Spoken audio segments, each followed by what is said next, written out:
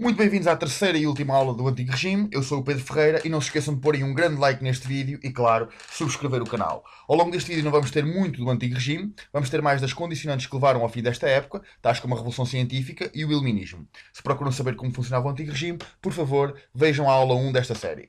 Em muitos manuais, toda esta parte geralmente é colocada como um tema à parte, embora eu, por uma questão de cronologia e por uma questão de época, nós ainda estamos no Antigo Regime, resolvi juntá-la a toda a parte do Antigo Regime. Penso que é uma forma mais fácil de compreendermos toda esta matéria. Bem, ponto número 1. Falaremos da Revolução Científica nos séculos XVII e XVIII. Ponto número 2. Do aparecimento do Iluminismo. Ponto número 3. As reformas pombalinas, que foram a entrada do Iluminismo em Portugal. Ora, vamos lá então. Não se esqueçam então de subscrever o canal e porem um like no vídeo.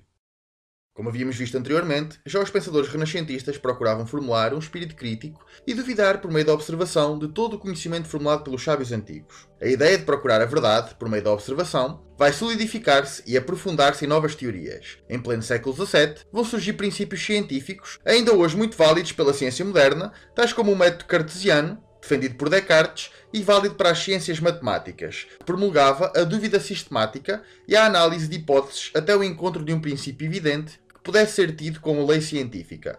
No campo das ciências naturais, impôs-se o princípio do método experimental, introduzido por Galileu Galilei, que se constitui sob as seguintes etapas. Primeiro, observação da natureza. Segundo, levantamento de um problema, uma dúvida. Terceiro, formulação de uma hipótese, isto é, uma opinião primária sobre a causa desse problema. Quarto, verificação desse mesmo problema através da experiência. Quinto, formulação de uma lei científica.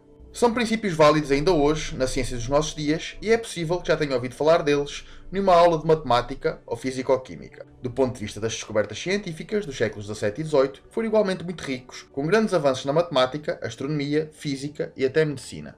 Entre outras coisas, Descartes aperfeiçoou a álgebra, o estudo das equações, e criou a geometria analítica, o sistema de coordenadas. Newton e Leibniz lançaram os fundamentos do cálculo infinitesimal, cálculo de valores infinitamente menores que 1, mas superiores a 0. Galileu inventou o telescópio e com ele se predispôs a um grande número de descobertas astronómicas. Newton formulou o princípio da gravitação universal, ou seja, a atração, gravidade, que dois corpos exercem sobre si, e das leis do movimento, umas e outras que permearam as regras da física por um longo período. O aparecimento do relógio de pêndulo é uma consequência direta desta descoberta. Pascal e Torricelli fizeram grandes descobertas no estudo da pressão atmosférica, culminando em invenções como o barómetro, para medir a pressão do ar, ou o termómetro, para medir a temperatura. O microscópio, inventado pela mesma época, século XVII, acreditando-se que tenha sido usado pela primeira vez com fins científicos pelo holandês Anthony van Leeuwenhoek. Na medicina, o médico inglês William Harvey trouxe grandes contributos à compreensão do aparelho circulatório no século XVII. No final do século XVIII, como havíamos visto, outro médico, também inglês, Edward Jenner, inventou a primeira vacina. Luigi Galvani, Alessandro Volta e Benjamin Franklin trouxeram contributos ao estudo da eletricidade, tendo o último sido o inventor do para-raios e também um importante político norte-americano, como iremos ver mais à frente. Lavoisier criou ainda as bases da química moderna, o princípio de que a matéria é indestrutível, pois antes se transforma na natureza. Foram estes os anos de grande proliferação das academias científicas, como a Royal Academy de Londres ou a Academia Real das Ciências de Paris, onde afluíam os sábios desta época, discutindo e divulgando as suas descobertas científicas. A imprensa foi fortemente utilizada, convergindo uma imensidão de livros e de publicações periódicas de cariz científico. Foram anos de grande revolução científica, pois tudo o que era então indefinido e subjetivo ao espectador e ao local geográfico onde se encontrava, como o tempo, a temperatura, a pressão exercida pelo ar ou até mesmo os pesos e as distâncias, passaram a ser agora medidas absolutas devidamente contabilizadas, com toda uma nova gama de aparelhos ou mesmo de métodos que então foram surgindo. Nos países ibéricos, contudo, a situação foi um pouco diferente. O forte poder da Inquisição e dos frades jesuítas contribuíram grandemente para dificultar a entrada destes novos ideais científicos. Estas invenções e o novo modo de pensar científico trouxeram igualmente novos contributos à técnica, ou seja, à aplicação da ciência de modo a desenvolver novas invenções, novas tecnologias. Ainda no século XVII, o jovem Denis Papin descobriu a força a vapor como fonte de energia. Com base nesta, Thomas Newcomen desenvolveu a primeira máquina, a bomba a vapor, usada para tirar água das minas. Já no final do século XVIII, James Watt irá aperfeiçoar muito esta técnica. Como haveremos de ver, foi o início da Revolução Industrial. Também a história dos transportes aéreos começará nesta altura. O ano de 1783 verá o lançamento do primeiro balão de ar quente, invenção dos irmãos franceses Montgolfier. Em Portugal, o padre Bartolomeu de Gusmão terá inventado pela mesma época um aparelho voador, a passarola, cujo êxito nunca foi comprovado. Apesar de tudo, no final do século XVII, continuavam a existir muitas regiões desconhecidas no globo. Isto levou ao que poderemos chamar de uma segunda fase dos descobrimentos, desta feita encabeçada por exploradores ingleses e franceses, onde a procura da descoberta científica não andava longe dos interesses económicos. Entre os exploradores mais ilustres, conta-se o dinamarquês Vitus Bering, que explorou o Ártico, tendo sido o primeiro a descobrir o estreito que obteve o seu nome, o Estreito de Bering, separando a Ásia do continente americano. O famoso e inconfundível James Cook, que empreendeu 3 viagens pelo Oceano Pacífico, cartografando a descoberta de inúmeras ilhas, ou os franceses Bougainville e La Pérouse, que contribuíram igualmente com descobertas no Pacífico. Todas estas expedições se faziam acompanhar por grande número de cientistas, tais como geógrafos, cartógrafos, botânicos e biólogos, que trouxeram inúmeras descobertas à ciência. E finalmente, tomemos atenção à seguinte cronologia. Como podemos ver, foram 2 séculos repletos de invenções e descobertas.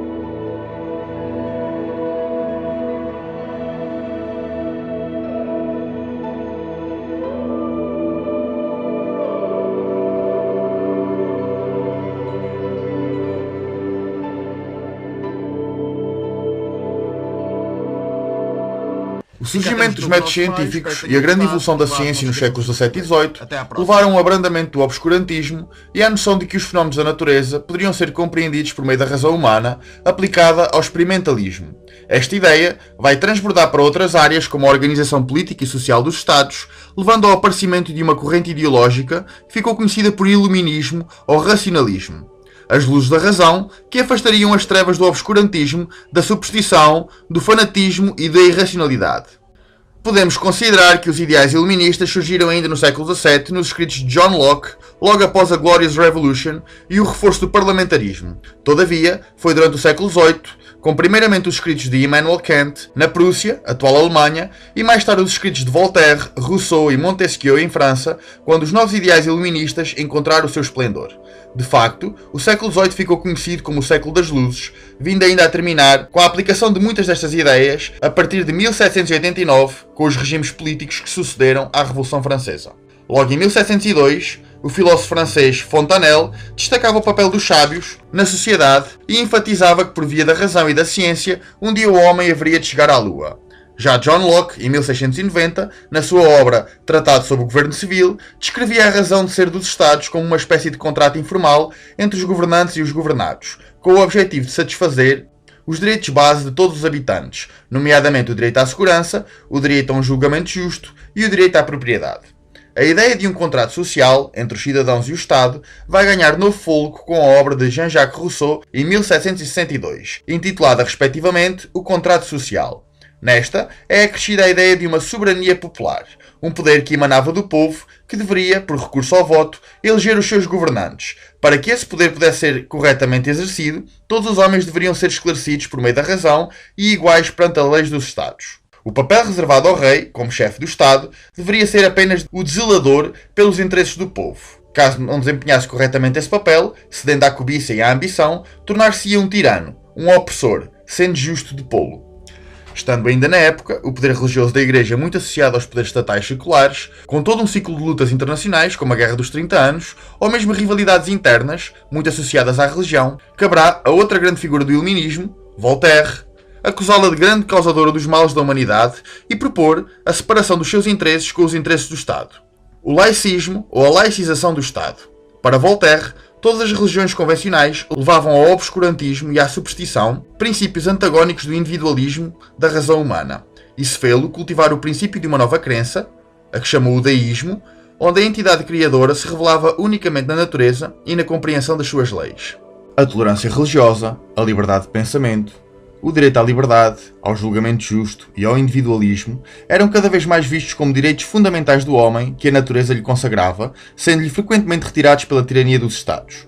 Em 1764, César Beccaria, no seu livro Os Direitos e as Penas, vai condenar fortemente a utilização da tortura, bem como a pena de morte. Por outro lado, outros, como o Marquês de Condorcet, fazem duras críticas à escravatura dos negros nas colónias, apelando à libertação imediata de todos os escravos. O Barão de Montesquieu vai ser ainda um outro importante vulto dos ideais iluministas, inspirado pelos escritos de John Locke e pelo parlamentarismo britânico, que evocava como referência política a sua obra O Espírito das Leis, publicada em 1748, vai elaborar um importante estudo sobre a divisão dos poderes de um Estado: o poder legislativo, o poder de elaborar as leis, o poder executivo, o poder de tornar as leis uma realidade política e o poder judicial, o poder de condenar os culposos pelo não cumprimento dessas mesmas leis. Segundo a mesma teoria de Montesquieu, esses três poderes deveriam ser repartidos por diferentes indivíduos e nunca num só, sob pena de criação de uma tirania. Ao tempo de Montesquieu, como te deves lembrar, os reis absolutos acumulavam em si todos os poderes, sendo por isso considerados tiranos. Atualmente a realidade é bem diferente, onde todos os Estados democráticos procuram seguir a teoria de Montesquieu. Atentemos no exemplo de Portugal dos nossos dias, onde o poder legislativo é desempenhado por uma Assembleia de Deputados nomeados pelo povo, o poder executivo é partilhado por um Presidente da República nomeado pelo povo e por um governo que ele próprio nomeia, e o poder judicial é desempenhado por um coletivo de tribunais coordenados pelo Supremo Tribunal, órgão não eleito e independente dos outros dois. Como é de prever, os ideais iluministas logo encontraram grande resistência pelo poder dos Estados, levando à prisão e ao exílio de muitos dos seus filósofos, à censura e à queima de livros. Todavia, multiplicavam-se os livros, as publicações periódicas, os encontros em cafés, clubes, livrarias e grandes salões de nobres ou burgueses esclarecidos, onde estes novos ideais eram discutidos entre multidões de entusiastas. Alguns estadistas mais esclarecidos, como Frederico II da Prússia ou Catarina II da Rússia, vieram mesmo a desenvolver interesse pelos ideais iluministas, apoiando e convidando para as suas cortes os novos filósofos, vindo a desenvolver alternativas ao absolutismo régio convencional, que ficaram conhecidas como despotismos esclarecidos. Data igualmente desta época a formação da maçonaria e o aparecimento de lojas maçónicas, sociedades secretas, que se reuniam para discutir projetos de novas ordens sociais. Mas foi sobretudo desta época que surgiu outro grande projeto para a divulgação das novas ciências e novos modos de pensar, a Enciclopédia de Denis Diderot e Jean d'Alembert, conjunto de livros ambicioso que procurava reunir todo o conhecimento da humanidade, de modo a torná-lo acessível às populações. Entre os mais de 150 estudiosos que contribuíram com artigos para a formação deste projeto, contava-se um médico português, António Ribeiro Sanches. Publicada a partir de 1751, a Enciclopédia, ou Dicionário Racional das Ciências, das Artes e dos Ofícios, encontrou logo a proibição pelo rei da França no ano seguinte. Em 1759, vários dos seus volumes foram queimados na fogueira por ordem do Parlamento de França. Mas como tem acontecido ao longo dos séculos, queimar um livro não chega para erradicar as suas ideias. Aos nossos dias, face a uma imensidão de vários outros meios, o projeto de enciclopédia parece-nos obsoleto e desadequado, mas não podemos esquecer que foi a primeira grande tentativa de compilação de todo o conhecimento humano, tornando-o acessível a todas as pessoas. Em Portugal, a entrada dos ideais iluministas esbarrou contra uma bem estruturada Inquisição e um ensino controlado pelos padres jesuítas. Vários dos livros destes novos filósofos rapidamente foram adicionados à lista do Índex. Outro importante meio de destaque na divulgação destes ideais pelas terras lusitanas foi a ação dos estrangeirados, portugueses cultos, assim designados por terem estudado ou vivido parte da sua vida no estrangeiro, sobretudo em França, tomando contacto com o novo modo de pensar iluminista. Entre os estrangeirados mais ilustres, que contribuíram para revolucionar o modo de pensar português, contam-se os médicos António de Ribeiro Sanches e Jacó de Castro Sarmento, o físico João Jacinto de Magalhães, o botânico Avelar Brotero, o diplomata Francisco Xavier de Oliveira e o pedagogo Luís António Verney. Contrariamente às expectativas de um reino tão conservador, será um outro estrangeirado a ascender na política do reino, Sebastião José de Carvalho e Melo, mais conhecido por Marquês de Pombal, que provocou enormes reformas na política, como iremos ver adiante. Os ideais iluministas inspiraram as revoluções francesa e americana, provocando enormes mudanças políticas nos séculos vindouros. Como vimos, estão na base dos sistemas democráticos dos nossos dias.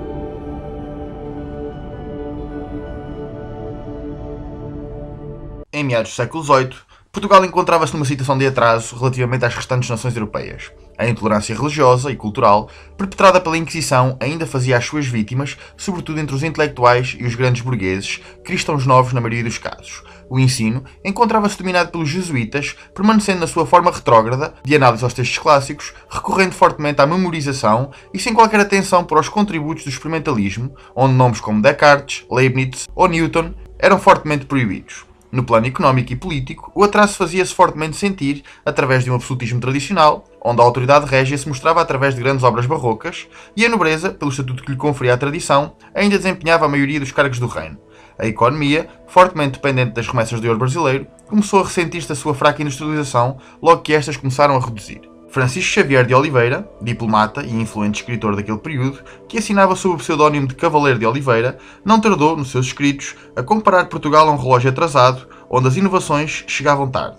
Com a subida ao trono de Dom José I, a situação do país era já tão crítica que logo este adopta uma abordagem completamente diferente do seu pai, Dom João V, começando por nomear para seu ministro um estrangeirado que comungava muitas das ideias iluministas. Sebastião José de Carvalho e Melo, na época Conde de Oeiras, irá depois ganhar o título de Marquês de Pombal, nome pelo qual se tornou mais conhecido.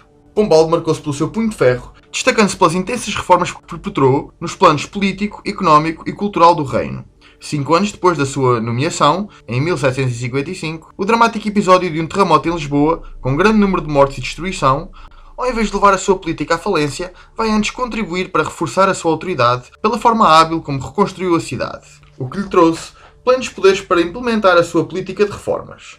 O Marquês de Pombal era adepto do despotismo esclarecido, ou ainda o absolutismo esclarecido. Este novo modelo de governação, criado por uma geração de novos monarcas europeus, tais como Frederico II da Prússia e Catarina II da Prússia, defendia igualmente a concentração dos poderes no monarca, com a grande diferença, relativamente ao absolutismo tradicional, de que estes não lhe eram mais atribuídos por Deus, mas sim pela razão de Estado. Enquanto os absolutistas tradicionais afirmavam ser eleitos por Deus para governar, encontrando aí toda a legitimidade do seu poder e das suas ações, os novos déspotas esclarecidos incumbiam em si governar de acordo com a razão iluminista e, através desta, procurar a felicidade e o bem-estar para os seus súbditos. Pela mão do inaudito Marquês de Pombal, o monarca português Dom José I contava-se entre os principais vultos do despotismo esclarecido na Europa. No que tocava à economia do reino deste período, como havíamos visto, encontrava-se muito fracamente industrializada e dependente das importações estrangeiras, sobretudo britânicas. Como havíamos visto, as iniciativas mercantilistas do Conde de Ericeira, quase um século antes, haviam falhado, quer por efeitos do Tratado de Mituíne, quer sobretudo por um forte desinteresse nas mesmas após a descoberta do ouro do Brasil. Com o decréscimo destas remessas, o país voltava agora à sua crise inicial. A isto, acrescia ainda uma desorganização do comércio colonial, onde o forte contrabando, de nacionais e estrangeiros, desviavam avultadas remessas dos cofres do reino. O Marquês de Pombal regressará à política do Conde de Ericeira através do incremento da industrialização do país e reorganização e controle dos seus interesses coloniais. Para o primeiro caso, criou as companhias de Grão-Pará e Maranhão e de Paraíba e Pernambuco, que deveriam exercer um monopólio de obtenção e colocação no mercado de todos os produtos oriundos do Brasil. Internamente, o vinho da região do Alto Douro, popularmente conhecido por vinho do Porto, havia ganho destaque no estrangeiro, sobretudo na Inglaterra, pelas suas propriedades, o que o vinha a tornar uma preciosa mercadoria de luxo. Vendo o crescente interesse económico do reino nessa mercadoria, Pombal vai demarcar a região produtora deste vinho, que se vem a tornar a primeira região de mercado do mundo, criando também a Companhia das Vinhas do Alto Douro em 1756, ainda existente na atualidade, para controlar a sua venda e produção. No campo da industrialização do reino, Pombal vai ainda criar certas manufaturas monopolistas, tais como a Real Fábrica dos Lanifícios de Porto Alegre, revitalizando as outras existentes do tempo do Conde de Ericeira. Vai ainda procurar atrair a burguesia, nacional e estrangeira, de modo a fazê-la investir no comércio e indústria do reino. A alta burguesia deste período vai encontrar o seu papel reforçado, chegando mesmo a ascender às honras e privilégios da nobreza. Entre estes, Jacome Raton, de ascendência francesa, que foi talvez o mais notável burguês da época pombalina, responsável pela criação de inúmeras manufaturas no reino ligadas à produção de tecidos. O facto de muitos destes burgueses serem de origem judaica, cristãos novos, ou praticarem tendências do cristianismo protestante, levaram Pombal a mover uma intensa luta contra a Inquisição e os poderes da Igreja, como iremos ver. A fim de preparar muitos aspirantes à burguesia nas atividades que iriam desempenhar, em 1759 é aberta a Aula do Comércio, a primeira escola comercial da Europa com currículos de utilidade prática para a atividade mercantil, como a contabilidade, por exemplo. Com contornos económicos, mas também políticos, um reforço do centralismo político, é igualmente criada a Junta do Comércio em 1755, com os objetivos de regular a atividade económica do reino, a repressão do contrabando, intervir na importação de produtos manufaturados, vigiar as alfândegas, coordenar a partida de frotas para o Brasil e licenciar a abertura de lojas, bem como a atividade dos homens de negócios. Em todo o caso, desempenhar o papel que aos nossos dias é exercido pelo Ministério da Economia. A fim de controlar as finanças e os investimentos do reino, é constituído, em 1761, um outro organismo, o Erário Régio, precursor do atual Ministério das Finanças. Dentro do grupo de reformas políticas levadas a cabo por Pombal, poderemos compreender a retirada do poder aos grupos tradicionais da nobreza e do clero, a reformulação das leis do Estado e a centralização da sua vigência às mãos de uma Polícia Nacional, o reforço das companhias monopolistas de que falámos, controladas pelo Estado, bem como dos novos órgãos do aparelho de Estado já citados, a idealização da imagem do monarca como um ser racional e justo, para a qual muito contribuiu a reconstrução da cidade de Lisboa e, finalmente, a laicização do ensino. No primeiro caso, torna-se compreensível que a nobreza e o clero, grupos tradicionais onde residia o poder, não vão olhar de boa maneira para toda esta quebra do statu quo de forma passiva. Em 1757, estalou no Porto um motim popular sem grande envergadura contra as políticas monopolistas da Companhia das Vinhas do Alto Douro. Todavia, foi duramente reprimida com a execução de 26 dos participantes e castigos vários aplicados a 400 outros, acrescidos de outras sanções à cidade. Em 1778, é perpetrada uma tentativa de homicídio contra o rei Dom José I, que Pombal, hábil como sempre, soube aproveitar e tirar dividendos. Procurando encontrar os conspiradores, serão condenados a família dos Távoras, uma das mais influentes do reino, como principais cabecilhas do atentado. Acusados do mais alto grau de traição, o crime de lesa majestade, serão desprovidos do título de nobreza e executados publicamente após os mais duros suplícios. Também o seu palácio será demolido e as suas fundações simbolicamente cobertas de sal. Ainda hoje se pode observar o marco comemorativo deste ato se nos deslocarmos até Belém. Não se encontra muito longe do edifício dos famosos pastéis. Juntamente com os Távoras, muitos outros nobres foram igualmente acusados e condenados a várias penas, desde o encarceramento à execução. Após este ato, a nobreza do reino ficou definitivamente controlada. No que tocava à forte influência religiosa, que através do índex da Inquisição e das escolas jesuítas em Portugal e nas colónias, controlava e reprimia o modo de pensar, Pombal começou por abolir a distinção entre cristãos novos e cristãos velhos em 1768 e subordinar o Tribunal do Santo Ofício ao controle direto da coroa. Doravante, já não mais era um tribunal religioso, mas sim um tribunal de interesses políticos. Para o controle de publicações, já não mais era a lista do índex, mas sim uma nova instituição política, a Real Mesa Censória. O monopólio do ensino pela Companhia de Jesus levou-o a considerá-la uma sociedade secreta que conjurava contra os interesses portugueses, entre outras questões, a de urdirem um plano para se apossarem do Brasil. Declarados traidores por este ato, a ordem religiosa dos jesuítas foi expulsa do reino e das suas colónias por decreto de 3 de setembro de 1759. As ousadas políticas pombalinas contra a Igreja levaram ao corte de relações com Roma, que se prolongou por 11 anos, em que Pombal chegou a ameaçar a criação de uma nova Igreja de controle nacional, à semelhança do que já antes havia sido feito pelo monarca inglês Henrique VIII. Outra questão que preocupou Pombal foi o poder judicial, que a nível local ainda cabia, desde os tempos medievais, à nobreza e ao clero desses locais. Esta situação trazia dificuldades à coroa no controle da criminalidade e do contrabando, onde em certas regiões a falta de uma força policial levava à impunidade dos criminosos ou à injustiça das penas aplicadas. Para isto, Pombal vai promulgar toda uma série de leis de modo a uniformizar a justiça no país, bem como a criar um órgão policial, a Intendência Geral da Polícia, criada em 1760. Nos planos económico e financeiro, como havíamos visto antes, o reforço e a centralização dos poderes da coroa são conseguidos pelos novos órgãos administrativos controlados pelo rei, tais como a Junta do Comércio, em 1755, e o Erário Régio, em 1761. Outro episódio que muito contribuirá para revigorar a imagem do rei e do seu ministro é a construção da cidade de Lisboa. Destruída por um gigantesco terremoto, a 1 de novembro de 1755, com mais de 10 mil edifícios destruídos e um número incontável de mortos, a destruição de uma capital por uma catástrofe natural levou a um acérrimo debate em Portugal e no estrangeiro, onde alguns afirmavam ser a ira divina a castigar o reino pelas políticas iluministas de Pombal, enquanto outros viam uma oportunidade de construir uma nova capital guiada pelos novos princípios racionalistas. A resposta pronta à catástrofe, no trabalho de sepultar os mortos e socorrer os feridos, bem como na pronta reconstrução da cidade, vieram por outro lado reforçar a autoridade de Pombal na política do reino.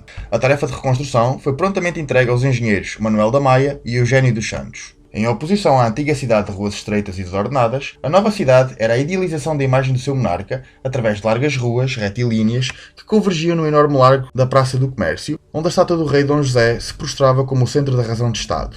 Foi um projeto inovador de um urbanismo racional colocado ao serviço do despotismo esclarecido e onde foram utilizados muitos novos métodos da nova ciência de então. Outro aspecto onde a centralização do poder régio se tornou notável foi a própria laicização do ensino. Até aquela época, como já dissemos várias vezes, a esmagadora maioria das escolas existentes no país eram controladas pela Companhia de Jesus. Com a expulsão desta do país em 1759, abriu-se um novo campo de oportunidades de implantar um ensino laico em Portugal. Da parte dos estrangeirados, surgiram muitas propostas de como deveria ser o novo método de ensino em Portugal. Destacaram-se Martinho da Mendonça e os seus Apontamentos para a Educação de um Menino Nobre, em 1734, António Ribeiro Sanches e as suas Cartas sobre a Educação da Mocidade, em 1759, e sobretudo o grande pedagogo Luís António Varney e o seu Verdadeiro Método de Estudar, de 1746. Talvez por inspiração dos primeiros dois, Pombal criou, em 1761, o Colégio dos Nobres, dedicado à educação das novas gerações da nobreza, de modo a prepará-las para ocupar altos cargos no reino. Contudo, o projeto não teve a adesão esperada, talvez pela impopularidade do Marquês no seio desta ordem. O Colégio dos Nobres foi sobretudo visto pela nobreza como outra forma de controle por parte do Marquês. Para a burguesia, como já tínhamos visto, havia criado também uma escola em 1759, a Aula do Comércio. Deve-se também ao Marquês de Pombal a criação da primeira rede de escolas laicas em Portugal, com mais de 500 postos para mestres de ler e escrever, espalhados por todo o país, ilhas, Brasil e até colónias em África e no Oriente. Para os que desejassem prosseguir estudos, criou também perto de 300 postos, onde eram lecionadas aulas de retórica, filosofia, gramática grega e literatura latina. Mas a maior atenção de Pombal foi dedicada às universidades. Com a expulsão dos jesuítas e o encerramento da Universidade de Évora, controlada por aqueles, o país ficou apenas com a Universidade de Coimbra, onde o ensino não poderia ser mais tradicional, descartando completamente os novos filósofos e as novas ciências experimentais. Em 1772, após 4 anos de estudos, a Universidade de Coimbra recebe uma reforma radical, quer no que toca à abertura de novos cursos, quer no que toca a novas matérias e novos métodos de ensino, passando este a ser orientado por critérios racionalistas e experimentais. Passará a ter um novo laboratório para o estudo da física, um jardim botânico com plantas oriundas de várias partes do mundo, um observatório astronómico e um teatro anatómico para os estudos de medicina. Como vimos, a reforma do Marquês de Pombal cobriu várias áreas, reestruturando e modernizando completamente o país. As consequências não tardaram a notar-se, sobretudo no plano económico, com uma grande recuperação da balança comercial. Como consequência das suas políticas, entre 1796 e 1807, Portugal viveu a melhor época comercial de toda a sua história, embora durasse apenas 11 anos. Todavia, ao longo dos 27 anos que ocupou o governo do rei, acumulou muitas inimizades e a fama de homem prepotente e desapiedado. Com a morte de Dom José em 1777 e a subida ao trono da sua filha Dona Maria I, adepta de um método de governo mais conservador, Pombal irá ser destituído dos cargos que ocupava, vindo a ser desterrado na sua terra, Pombal, onde acabou os seus dias em desgraça. Todavia, a sua grandiosa obra sobreviveu-lhe, vindo ele a ser considerado um dos maiores vultos de toda a nossa história.